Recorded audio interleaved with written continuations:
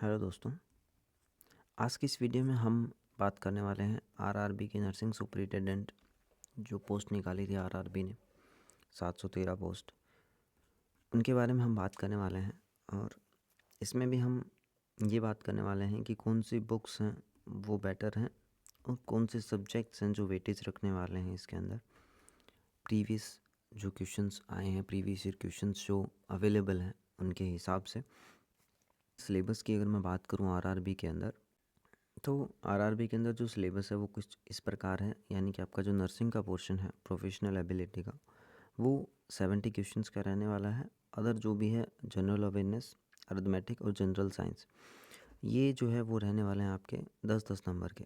Math और reasoning दोनों मिला के आपके 10 नंबर के रहने वाले हैं। जनरल अवेयरनेस यानी करंट अफेयर और जो जनरल नॉलेज है वो आपका 10 नंबर का रहने वाला है। और जनरल साइंस के अंदर फिजिक्स, केमिस्ट्री, बायोलॉजी वो आपका 10 नंबर का रहने वाला है। अब इसके अंदर भी अगर आपको डिटेल में देखना है कि कौन कौन से सब्जेक्ट्स का क्या रहने वाला है, तो आप यहाँ पे देख सकते हैं, आप स्क्रीनशॉट ले सकते हैं। सब चीज़ें मैं पढ़ने नहीं वाला हूँ यहाँ पे, तो यहाँ पे सारी डिटेल में आपको दी गई हैं। आप यहाँ से स्क्रीनशॉट ले सकते हैं और उसके हिसाब से आप अपना सिलेबस तैयार कर सकते हैं। नर्सिंग के अंदर आपको कुछ बहुत ज़्यादा पढ़ने की ज़रूरत नहीं है, बहुत ज़्यादा किताबें मतलब डीप नॉलेज लेने की ज़रूरत नहीं है। आपको 1-2 बार थ्योरी करना है, उसके बाद में जो वन लाइनर क्वेश्चंस हैं या फिर जो प्रैक्टिकल क्वेश्चन हैं वन लाइनर के अंदर साथ में, वो आपको ज़्यादा प्रैक्टिस करने हैं। और उसके लिए आप चाहे तो टारगेट हाई पढ़ लीजिए, चाहे आप पीआर यादव पढ़ लीजिए। ये जो दोनों बुक हैं वो मोर देन इनफ हैं आरआरबी के एग्ज़ाम्स के लिए। स्टिल अगर आपको लगता है कि आपको इससे भी ज़्यादा पढ़ना है, तो आप क्वेश्चन प्रैक्टिस है वो कर सकते हैं किसी भी ऐप के थ्रू या फिर कुछ भी।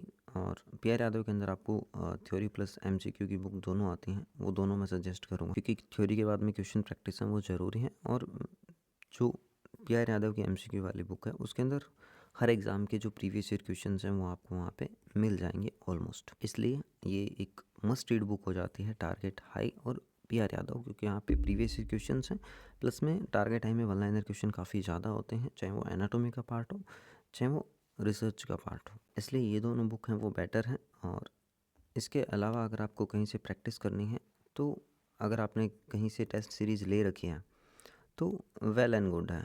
लेकिन अगर आपने नहीं ले रखी है, उस कंडीशन में आपको मैं नहीं कहूँगा कि आप टेस्ट सीरीज़ लीजिए, है ना। आप चाहें तो बहुत सारे ऐप हैं जो फ्री में प्रोवाइड कराते हैं, कुछ एक टेस्ट सीरीज़, कुछ एक प्रीवियस ईयर क्वेश्चंस, सारी चीज़ें नॉर्मल सी बात है फ्री में नहीं देते हैं, लेकिन 5-6 टेस्ट तो हर कोचिंग वाले हैं वो फ्री में अवेलेबल रखते हैं, चाहे वो एग्ज़ाम प्रेप का ऐप हो या फिर टेक्स्ट बुक का ऐप हो। और मैं पर्सनली टेक्स्ट बुक को प्रेफर करता हूँ, क्योंकि यहाँ पे हर एग्ज़ाम के आपको प्रीवियस ईयर क्वेश्चन मिल जाएंगे, नॉन नर्सिंग का भी, है ना। नर्सिंग का तो मिलेगा ही मिलेगा, नॉन नर्सिंग के भी हर एग्ज़ाम का आपको क्वेश्चन मिल जाएगा वहाँ पे। उसके अलावा नॉन नर्सिंग में अगर आपको क्वेश्चन प्रैक्टिस करनी है, उस कंडीशन में टेक्स्ट बुक पे आपको भर भर के क्वेश्चंस मिल सकते हैं।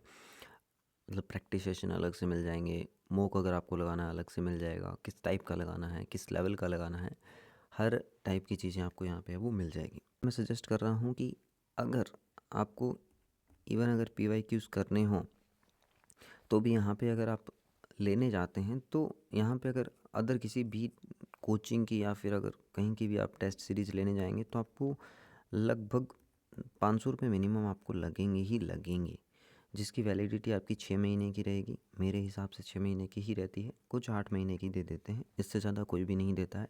जिसके अंदर आपके 20 टेस्ट हैं वो रहते हैं, मुश्किल से 20 या 25 टेस्ट उतने ही रहते हैं जितनी मैंने देखी हैं अभी तक। तो अगर उस हिसाब से अगर टेक्स्ट बुक को मैं अगर देखता हूँ, क्यों मैं प्रेफर करता हूँ वो आपको बताता हूँ।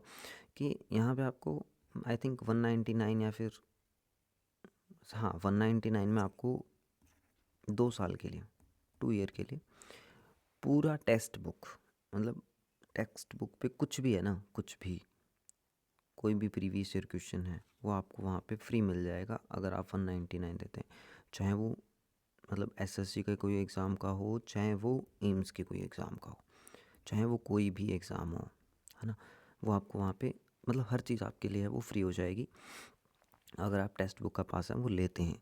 तो इसलिए यहाँ पे मतलब कम से कम 20 से 30 एग्ज़ाम के क्वेश्चंस आपको नर्सिंग के मिल जाएंगे। इसलिए मैं सजेस्ट कर रहा हूँ साथ में वन लाइनर क्वेश्चन है वो यहाँ पे ज़्यादा है। सेकंड रीज़न मेरा ये है क्योंकि वन लाइनर क्वेश्चन अगर आते हैं, अगर आपको एम्स के लिए कुछ कहीं से अगर कुछ पढ़ना है तो एनक्लेक्स करके एक ऐप आता है जिसका जो लोगो रहता है शायद पर्पल या ब्लू कलर का लोगो रहने वाला है, जिसके अंदर वाइट कलर में एनक्लेक्स लिखा रहेगा। तो वो आप देख सकते हैं प्ले स्टोर पे। अगर एम्स के लिए आपको स्पेसिफिक अगर पढ़ना हो तो वहाँ से आपको क्वेश्चन है वो अच्छे क्वेश्चन है वो मिल जाएंगे। उसके अलावा एनक्लेक्स 861 जो बुक मैंने बताई थी वो भी आप एम्स के लिए पढ़ सकते हैं इन सब चीज़ों के साथ में। तो नॉन नर्सिंग का पोर्शन भी आप टेक्स्ट बुक से कर सकते हैं, नर्सिंग वाला भी आप टेक्स्ट बुक से कर सकते हैं। उसके अलावा अगर मैं बात करूँ नॉन नर्सिंग में, तो नॉन नर्सिंग में आपको बहुत सारे यूट्यूब पे चैनल मिल जाएंगे, है ना।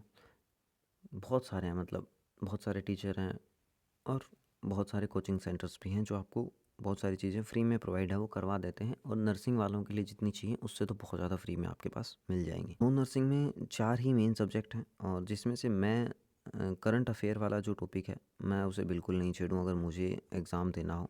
क्यों नहीं छेड़ूँ?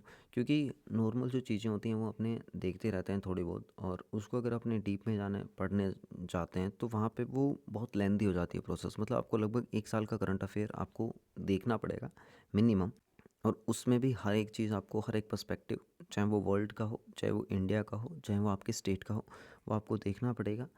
और फिर उन सब डाटा को याद रखना इतने सब अलग अलग और सब्जेक्ट्स के साथ में थोड़ा मुश्किल हो जाता है। तो मैं करंट अफेयर की बजाय जो जनरल नॉलेज वाली चीज़ें या फिर जनरल अवेयरनेस वाली जो चीज़ें हैं उन पे ज़्यादा मैं कहूँगा कि आपको फोकस करना चाहिए। क्योंकि वहाँ पे हिस्ट्री है तो हिस्ट्री है वो आपको लगभग हर एग्ज़ाम में आपके हिस्ट्री से 1-2 क्वेश्चन है वो देखने को मिलता है। तो यहाँ पे आपको वो बेनिफिट हो जाता है। करंट अफेयर हर एग्ज़ाम में चेंज होता रहता है और किसी भी एग्ज़ाम में रिपीट क्वेश्चंस नहीं होते हैं। तो हिस्ट्री और इन सब के क्वेश्चन, जनरल अवेयरनेस के क्वेश्चन आप अगर नहीं पढ़ना चाहते हैं तब भी मैं आपको सजेस्ट करूँगा कि 20 से 25 कोई भी, ठीक है, चाहे वो आप DSSS का कोई भी एग्ज़ाम ले लेना, भले ही कोई भी एग्ज़ाम हो, चाहे आप टीचिंग वाला कर लेना, चाहे आप नर्सिंग वाला कर लेना। जनरल अवेयरनेस के लिए आप DSSS के लिए या फिर RRB की कोई भी प्रीवियस ईयर क्वेश्चंस, मतलब कोई करा रहा हो यूट्यूब पे, वेल एंड गुड है। नहीं करा रहा हो टेक्स्ट बुक पे आपको मिल जाएंगे। उसके अलावा मतलब 20 से 25 सेट अगर आप लगा लेंगे यहाँ पे इन 2-3 एग्ज़ाम्स की, या फिर SSC भी आप अगर इंक्लूड करना चाहें, थोड़ा सा हार्ड लेवल अगर आप जाना चाहें, तो ये 3 एग्ज़ाम के अगर आप 30 टेस्ट हैं वो लगा लेते हैं, 30 सेट अगर आप लगा लेते हैं जनरल अवेयरनेस के, तो मान के चलिए 2 से 3 क्वेश्चन आपको मिल जाएंगे, जो कि वैसे आप पढ़ेंगे तो बहुत ज़्यादा हो जाएगा। और इस 30 सेट में आपको कोई ज़्यादा टाइम नहीं लगेगा, 20 घंटे मुश्किल से लगेंगे। 30 सेट्स में लगने भी नहीं है, मतलब अगर आप याद करने जाएंगे, उनके रैशनल्स पढ़ते जाएंगे, तब आपको 20 घंटे लगेंगे। अदरवाइज़ आपको क्वेश्चन आंसर अगर आप देखते हैं तो मुश्किल से 5 घंटे का काम भी नहीं है। 5 घंटे में अगर आपको 2 से 3 नंबर कन्फर्म हो जाते हैं तो I think well and good है। इसके बाद अगर मैं बात करूँ रीजनिंग का, तो रीजनिंग और मैथ, इन पे आपको अच्छे से फोकस करना है। दोनों ही 5-5 नंबर के रहने वाले हैं। रीजनिंग में स्कोर करना ज़्यादा ईजी है। रीजनिंग अगर आप नहीं भी पढ़ के जाते हैं तो भी 2 क्वेश्चन 5 में से आप कर ही लेंगे। मैथ में आपको फॉर्मूला देख के अगर आप जाते हैं तो भी 5 में से 2 क्वेश्चन आप कर लेंगे। तो यहाँ पे स्कोर करना कितना ईजी है आप खुद देख सकते हैं। मतलब अगर आप यहाँ पे बिना पढ़े जाते हैं तब भी 2 क्वेश्चन कर लेंगे, यहाँ आप सिर्फ फॉर्मूला देख के आते हैं 10 एक टॉपिक के, तो भी आप 2 क्वेश्चन कर लेंगे। तो ये भी वो आपकी मर्ज़ी है, आपको कैसे क्या करना है, कितना स्कोर करना है। मेरे हिसाब से अगर आपके 70 क्वेश्चन सही हो रहे हैं अभी, तो आप अभी भी बॉर्डर लाइन पे हैं, आपका सिलेक्शन श्योर नहीं है RRB के अंदर। और आप अगर 80 क्रॉस कर जाएंगे जिस दिन, लगभग ऑन एन एवरेज है एग्ज़ाम के अंदर, तो आप मान के चलिए मॉक टेस्ट में अगर आप 80 स्कोर कर पा रहे हैं तो वहाँ पे आप 70 कर लेंगे। और 70 से ज़्यादा कट ऑफ रहने की उम्मीद मुझे नहीं है। मेरे हिसाब से 70 to 72 के लगभग जनरल की कट ऑफ रहने वाली है, लगभग हर जगह की। नेक्स्ट जो है वो है फिज़िक्स। और फिज़िक्स में भी आपको मैं वही बोलूँगा जो मैंने आपको जनरल अवेयरनेस के लिए बोला है, प्रीवियस ईयर क्वेश्चंस। अब प्रीवियस ईयर क्वेश्चन बहुत इंपॉर्टेंट हो जाते हैं हर सब्जेक्ट के लिए, चाहे आप कोई भी सब्जेक्ट ले लीजिए, करंट अफेयर को छोड़ के प्रीवियस ईयर क्वेश्चन आपको मिलेंगे ही मिलेंगे हर एग्ज़ाम के अंदर। अगर आप 10 प्रीवियस ईयर क्वेश्चन के सेट लगा के जाते हैं RRB के, तो मान के चलिए आपको वहाँ पे 10 से 15 क्वेश्चन हैं वो मिलेंगे, ठीक है। तो अगर आपको 10 मतलब 100 है 1000 क्वेश्चन करके 10 नंबर अगर आपके कंफर्म हो रहे हैं, 15 नंबर अगर आपके कंफर्म हो रहे हैं, तो उसमें क्या ही बुराई है, आप कीजिए। मैं तो कहता हूँ भर भर के प्रीवियस ईयर क्वेश्चन के सेट लगाइए। स्पेसिफिकली ये जनरल साइंस है, सॉरी यहाँ पे फिजिक्स नहीं है, जनरल साइंस के लिए, जनरल अवेयरनेस के लिए और रीजनिंग एंड मैथ के लिए, रीजनिंग एंड मैथ के लिए इसलिए बोल रहा हूँ कि जो प्रीवियस ईयर क्वेश्चंस का पैटर्न है ना, लगभग उसी पे क्वेश्चंस हैं वो क्या होते हैं, रिपीट होते हैं। मतलब क्या कर दिया, नंबर चेंज कर देंगे और सेम क्वेश्चन आपको दे देंगे। और आरआरबी के अंदर तो स्पेसिफिकली ये चीज़ मैंने देखी है। अलग अलग शिफ्ट्स में भी अगर एग्ज़ाम होते हैं ना, अगर अलग अलग शिफ्ट में एग्ज़ाम होते हैं, तो अगर पहले शिफ्ट में कोई देकर आया है ना, कोई भी बच्चा, तो वो अगर आपको बोल रहा है ना कि इस पर्टिकुलर टॉपिक से इस फॉर्मूले से क्वेश्चन पूछा गया है, तो गारंटेड मानिए आप, वहाँ से क्वेश्चन आपकी भी शिफ्ट में आने वाला है। नंबर चेंज होंगे, मैथ की बात कर रहा हूँ, नंबर चेंज होंगे और फॉर्मूला वही लगेगा, कंसेप्ट वही लगेगा। अगर अलग अलग शिफ्ट में एग्ज़ाम होता है तो आपको ये चीज़ ध्यान रखनी है कि अगर आपसे पहले कोई शिफ्ट में जा रहा है तो आपको पता होना चाहिए कि उस शिफ्ट में क्या पूछा गया है, स्पेसिफिकली मैथ का। अदर सब्जेक्ट्स का कोई ज़रूरी नहीं है सेम चीज़ें हो, लेकिन मैथ का बिल्कुल। तो ये थी कुछ चीज़ें आरआरबी के बारे में। मेरे हिसाब से मैंने कुछ लगभग सारी चीज़ें कवर की हैं इसके अंदर।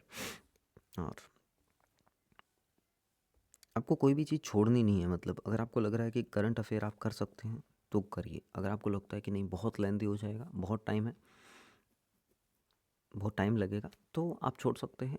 अदरवाइज़ मैं कहता हूँ अगर आपने नर्सिंग का पोर्शन है वो कवर कर लिया है अभी, तो आप करंट अफेयर की डेली से 1 से 2 घंटे हैं वो दे सकते हैं। बट फिर वही आता है कि डेली 2 घंटे देने के बाद अगर एक क्वेश्चन अगर आपका आ रहा है 4 महीने बाद में, तो मतलब मैं नहीं मानता कि वो जस्टिफाइड है। एक क्वेश्चन के लिए आपने डेली 2 घंटे दिए और 3 महीने तक दिए, 180 घंटे दिए एक क्वेश्चन के लिए। I don't see. इससे अच्छा 180 घंटे में नर्सिंग का रिवाइज़ करना ना, 2-3 क्वेश्चन वैसे ही बढ़ जाएंगे करंट अफेयर का पढ़ने के बजाय। तो ये था मेरा सजेशन। उम्मीद करता हूँ आपको चीज़ें पसंद आई होंगी। स्टिल अगर आपका कोई क्वेश्चन है आप कमेंट सेक्शन में पूछ सकते हैं। अगर आपको कोई भी डाउट है किसी भी एग्ज़ाम से रिलेटेड, आप व्हाट्सएप ग्रुप ज्वाइन कर सकते हैं। और अगर आप डायरेक्ट जुड़ना चाहते हैं तो आप मैसेज कर सकते हैं 9811611517। मैं मिलता हूँ आपको नेक्स्ट वीडियो में, तब तक के लिए बाय बाय, टेक केयर।